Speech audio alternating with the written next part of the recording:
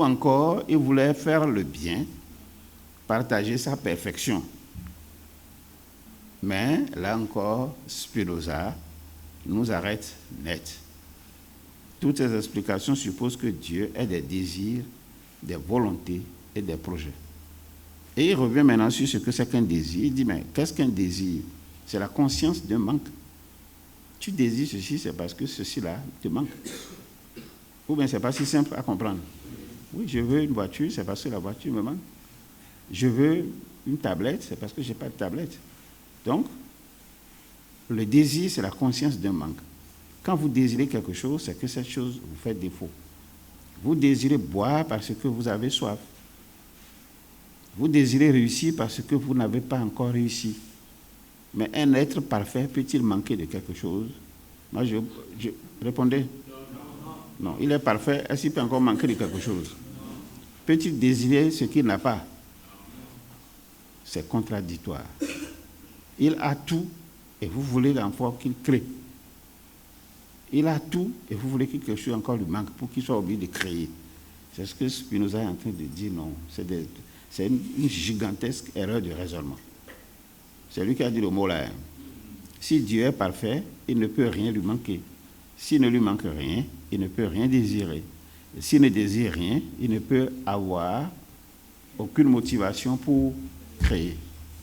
Mais le CCR, prenons une analogie. Ce garçon, il est bon. Hein?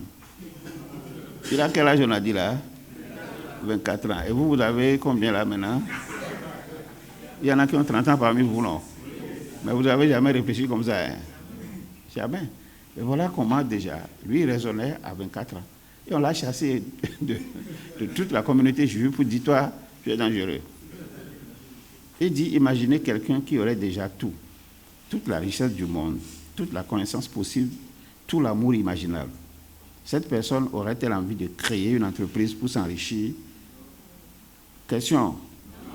Oui, il a déjà tout, toute la richesse du monde. Est-ce qu'il va encore créer une entreprise pour s'enrichir? Est-ce qu'il va vouloir lire des livres pour apprendre? Est-ce qu'il va vouloir séduire quelqu'un pour être aimé? Et il répond, bien sûr que non. Elle n'en éprouverait même pas le désir. C'est-à-dire, dans ma langue, on va dire, that's petit. Je ne sais pas comment on va dire ça en fond. C'est-à-dire, il a déjà tout. Donc, l'idée de créer quelque chose, ça ne va même pas lui effleurer l'esprit. Comment on va dire ça en fond? Non, c'est que l'idée, le désir même de créer là ne va même pas se promener devant son front, quoi. Tu comprends, non? C'est comme si c'était quelque chose qui se promène. Elle n'a bon fini à quoi? Vous m'avez compris? Bien.